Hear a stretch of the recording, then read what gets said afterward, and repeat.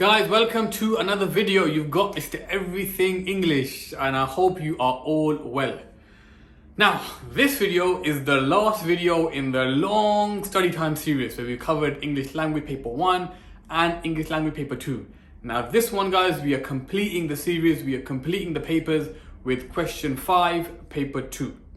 Now, essentially, guys, what is paper 5, question 2? Paper 5, question 2, or otherwise known as transactional writing, is a question worth 40 marks. We spent 45 minutes on this question and it is looking at writing speeches, letters, articles, magazines, blogs, and so on. Now, regardless of the form, the mark scheme remains the same. The structure remains the same. The amount of paragraphs we do remains the same. The timing remains the same. Now, in this video, it will give you every single thing that you need to know for this particular question. Now, hopefully it is not too long because I don't want to bore you guys to death, but I will try to make it as concise yet as informative as possible. So guys, without further ado, let's begin.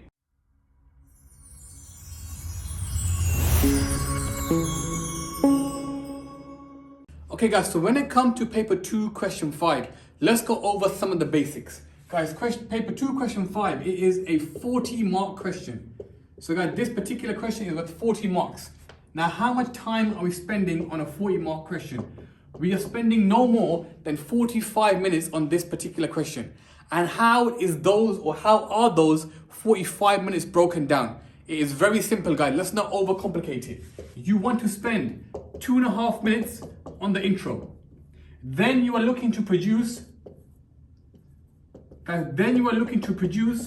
4 main paragraphs. So guys, then you are looking to produce 4 main paragraphs. This is where your marks are. And this is 10 minutes per paragraph. So if we add it all up so far, that's 42.5 minutes. And then you would like to spend 2.5 minutes on your conclusion. And that's it. Nothing overly complicated, nothing over the top. Very simple, very straightforward. You want to spend 2.5 minutes on the intro. Then you're looking at 4 main paragraphs. So 4 paragraphs of a really good length. And then you're looking at 2.5 minutes on the conclusion. Now the timings are very important because they will guide you through your exam. 2.5, 10, 10, 10, 10, and then 2.5. That takes you to 45 minutes for your exam. Now there's one very important thing, guys. Even though we have 4 main paragraphs,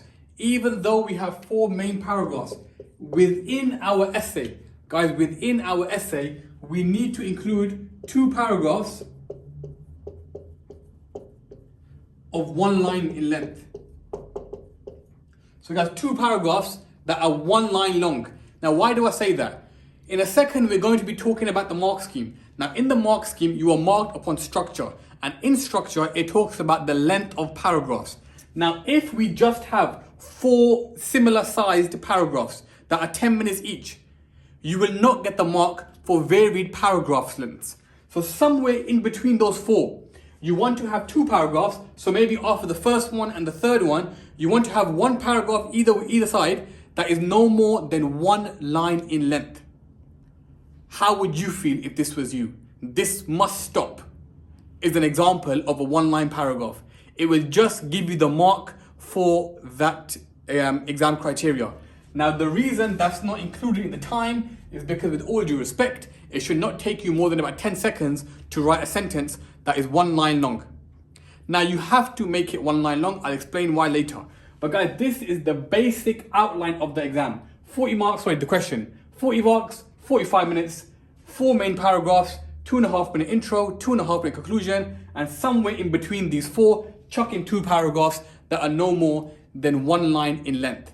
Now, whilst that is the structure of the question, now let's go over the mark scheme so everything makes sense later. Now, this is the mark scheme for this question. Now, what do I always say, guys? I always say that question 5 is like a jigsaw, and these are the 5 pieces that you need for your jigsaw. We have to. This is not a debate. Not we, you. You have to include this in this question 5, in your question 5. The first thing you must have is your writing must be compelling. Now, what does compelling mean? Compelling means interesting. Now, how do you make your writing in English interesting? You make your writing interesting, guys, by doing all of these 4 different things. So to make the writing compelling, you need to include all of this. Now it says you must have a range of structural devices. So guys, it says you must have a range of structural devices. Now what are structural devices? Zooming in, zooming out, shifting focus, dialogue, long sentence, short sentence, long paragraph, short paragraph. These are all examples of structural devices. If you don't know what structural devices are, please go and watch my video where I cover, I believe, 25 different structural devices, because this won't make sense if you haven't seen that. Then we move on, guys, to a range of language devices. Now, what are language devices? Language devices are similes, metaphors, and so on. Now, guys, it's the same principle. If you haven't seen my video on language devices, please watch that first, because you need to watch that for you to get a decent grade on this. Then you must include a range of punctuation. Semicolon, colon, exclamation mark, speech marks, brackets, dash, ellipsis. You must include these throughout your essay. And then you must include ambitious vocabulary, which basically means big words. Now you'll see one thing, guys, it says range, range, range. Range means don't just use similes over and over and over again. Don't just use an exclamation mark over and over and over and over again. You must have a wide breadth of all of these different things, because otherwise your writing will be limited and you will not get the highest mark. You need to do these 5 different things, whether it's a speech, a letter, an article, a blog, whatever the form of writing is, the mark scheme remains exactly the same. Now, this is lovely, guys. This is the mark scheme. But how does this look like in a practical essay? Because that's ultimately what you're here for. You guys are here for me to talk you through the entire question. So, here's the mark scheme, guys. In my writing, I must do 1, 2, 3, 4. By doing these 4, I will naturally make it compelling. Now, let's apply all of this to a question, because otherwise everything we are talking about is very, very abstract. Okay, guys, so this is the question that we are focusing on for this particular video. Cars are noisy, dirty, smelly, and downright dangerous. They should be banned from all town and city centres, allowing people to walk and cycle in peace. Write a letter to the Minister for Transport arguing your point of view on this statement. 24 marks for the content and 16 marks for the accuracy. The first thing we decide in our exam is, are we going to be arguing for or are we going to be arguing against? Now, straight away, guys, my argument will be against. I'm going to be arguing that no, we should not be banning cars. So that is my first premise. Now, guys, if you're watching this, I would advise you all to pause the video here and copy down the question so you have it with you as we go along in the video. Okay, guys, so once you've decided whether you're for or against, you then create and you decide what are your 4 main arguments in your essay. Now, why do we have 4 arguments? Guys, the reason we have 4 arguments is because we are looking to produce 4 main paragraphs. That's why. We are looking to produce 4 main paragraphs. Therefore, we need 4 arguments, 1 for each paragraph. Now, a common question is, can you argue both sides? Simple answer is, guys, no. We never sit on the fence. You pick one side and you argue that side through. Now, for the sake of this video, I'm going to plan 1 paragraph and write out that 1 paragraph. All you will do is then duplicate this 4 times to produce an entire essay. Now, the first thing I do is come up with my first main argument. So what's my main argument as to why cars should not be banned? My argument, guys, is this. I am going to argue that cars should not be banned simply because cars are convenient. That is going to be my main argument. That cars should, in my first paragraph, that cars should not be banned because cars are convenient. Now, then I must think of 2 ways that cars are convenient. Now, why do I have to do this? One of the biggest issues is students write paragraphs that are too short. You can't be producing paragraphs that are 4 lines long, 3 lines long. They need to be of a decent length. That's why we're going to think about what are 2 things we can say about how cars are convenient. We're going to say that cars are faster. Why? Because We're not waiting for a bus. We're not waiting for a train. You can jump in a car and off you go. Everything about a car saves you time. So therefore, I'm talking about how cars are faster. And then I'm going to talk about, guys, safety. You're not on public transport. You're not on a train or a bus where other people can be there with you. You're in the comfort of your own car. Now, this is one paragraph. These two are part of that paragraph. If I can write 4 or 5 lines about how cars are faster and 4 or 5 lines about how cars are safer, naturally I've got a decent sized paragraph. Now guys, if you remember from before, from the very beginning, from the question, it said that there's 24 marks for content, 16 marks for accuracy. This top half of our paragraph, guys, this is our content. Now what is content? Content is what we will be writing. This is what we are going to be writing. Now the bottom part of the paragraph is where we begin ticking off that mark scheme, because ultimately it's an English language exam. So guys, here we almost insert an imaginary line.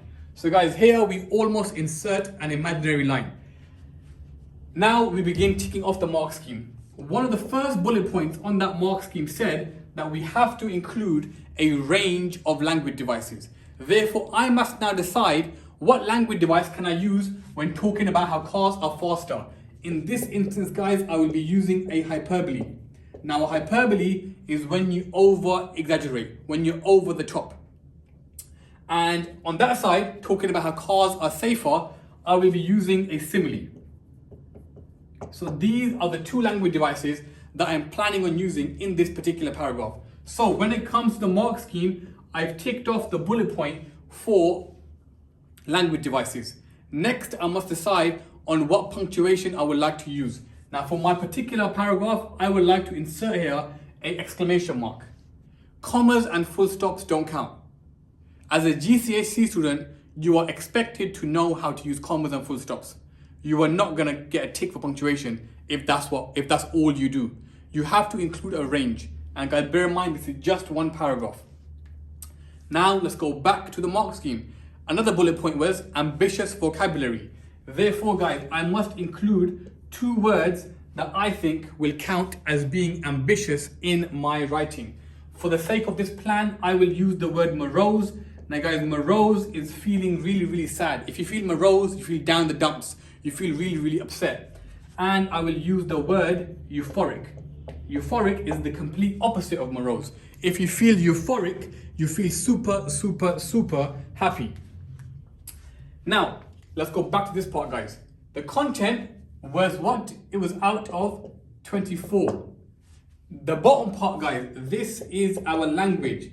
Guys, the bottom part is our language. And our language is how we write. And this is out of 16.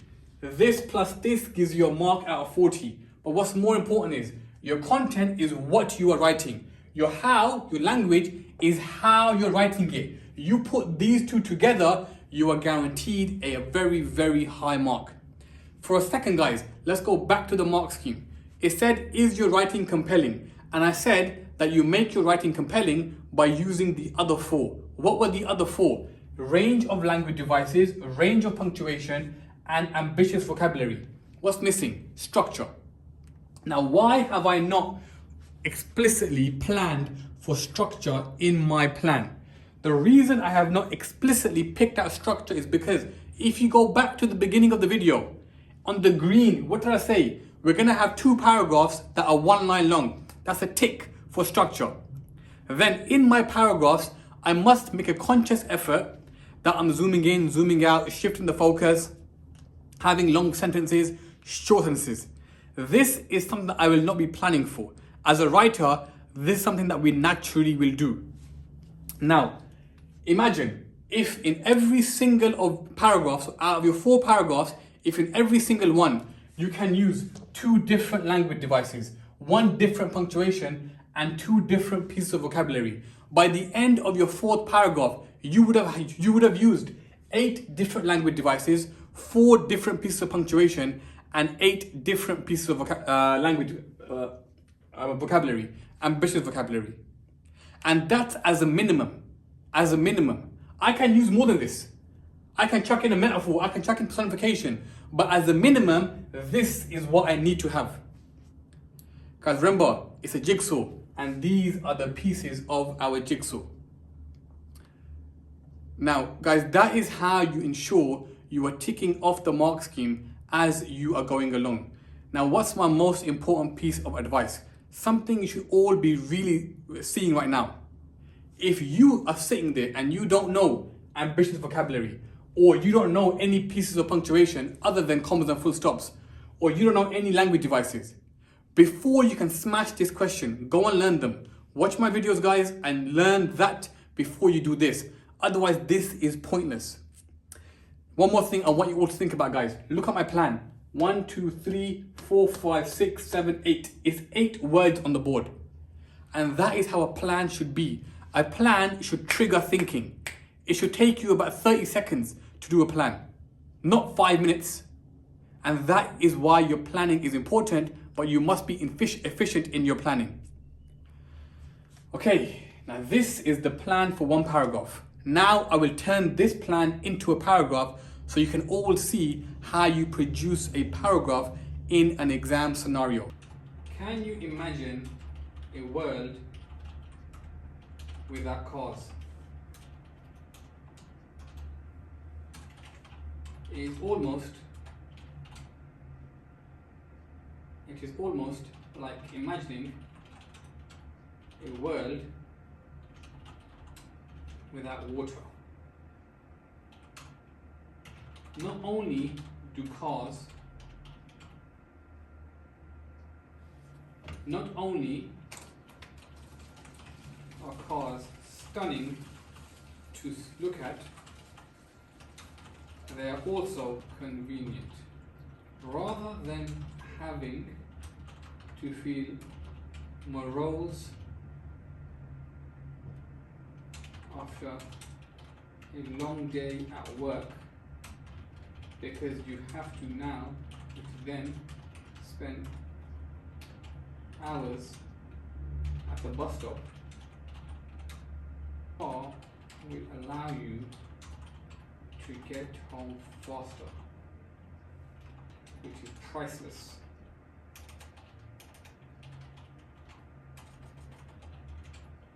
In the world we live in today. Alright guys, let's go through what I have written so far. Now you'll see one thing, guys, I've got a range of other language devices, other vocabulary, other punctuation. But let's go through what I planned for. Can you imagine a world like cars? It's almost like imagining a world without water. Not only are cars stunning to look at, they are also super convenient.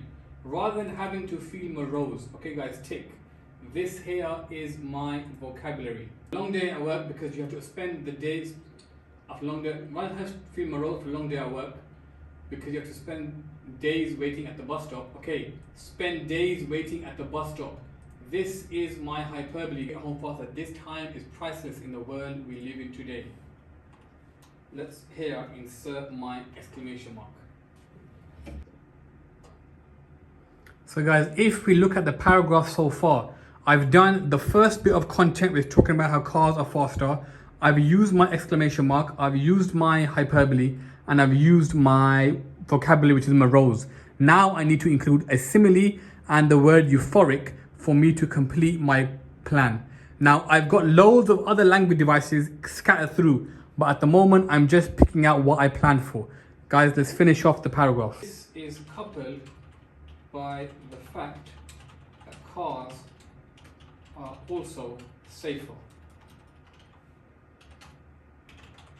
In the dark of the night, we are not exposed to the dangers of our world. Your car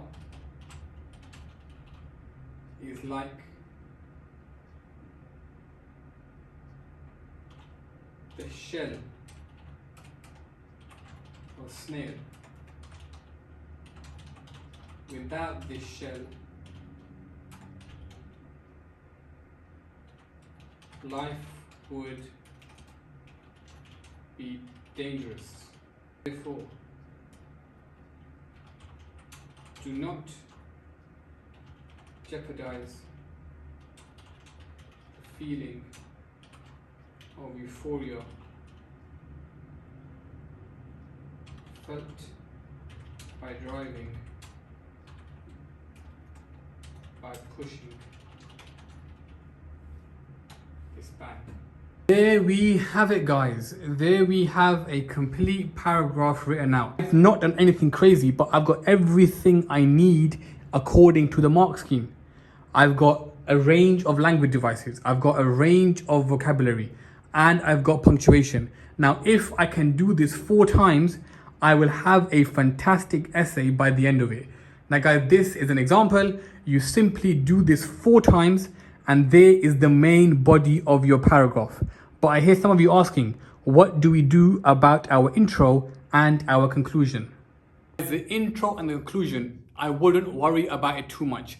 The purpose of the intro and the purpose of the conclusion is to make your writing fit the form. So if it's a letter or a speech or an article, it needs an intro and it needs a conclusion. 2.5 minute intro, 2.5 minute conclusion. Now, what do you do in the intro? Essentially, guys, the purpose of the introduction is to introduce your argument. Never ever say, in this letter I am going to say, but maybe ask a few questions, chuck in a few fake facts and stats, make your stance clear. By the end of your intro, I should know whether you're for or against, without you writing I am for or against. Then you do your 4 main paragraphs, and then you do your conclusion.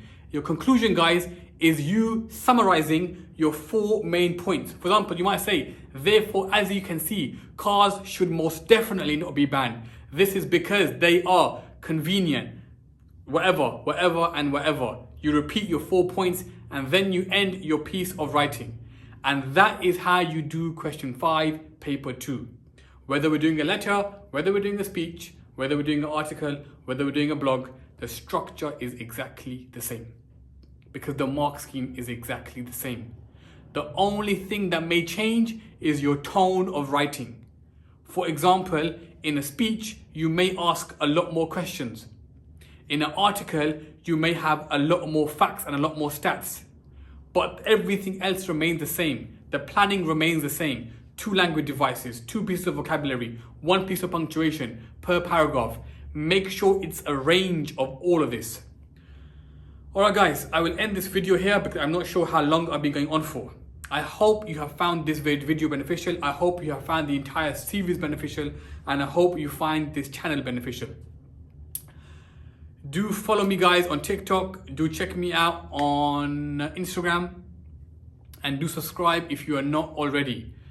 As always, guys, it's always a pleasure talking to you and teaching you and hopefully benefiting you. It's been Mr. Everything English. Peace.